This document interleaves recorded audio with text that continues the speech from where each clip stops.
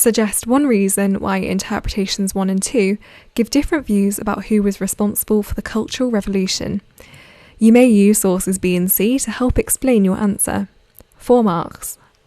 Here's the mark scheme for this question, which you can find out about in more detail in our overview video. But we do know that all 4 marks here are awarded for AO4, which is your analysis of interpretations and their differences. So in the previous question, we decided what that difference was, but now we need to try and account for it or explain why there is a difference in the first place. Now, in order to score in the top band, you need to show that your explanation is analytical and developed.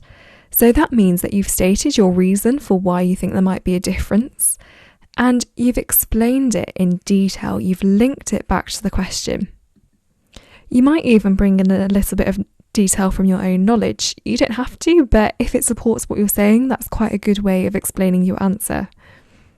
You've stayed relevant and focused on the question, and you've structured it in a way that's easy for the examiner to follow. It's really clear what you're trying to say.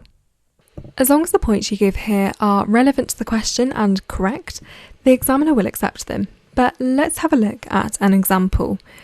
You might say that they differ because they relied upon different sources, which is a really good opportunity to bring in sources B and C, as the question invites you to do that.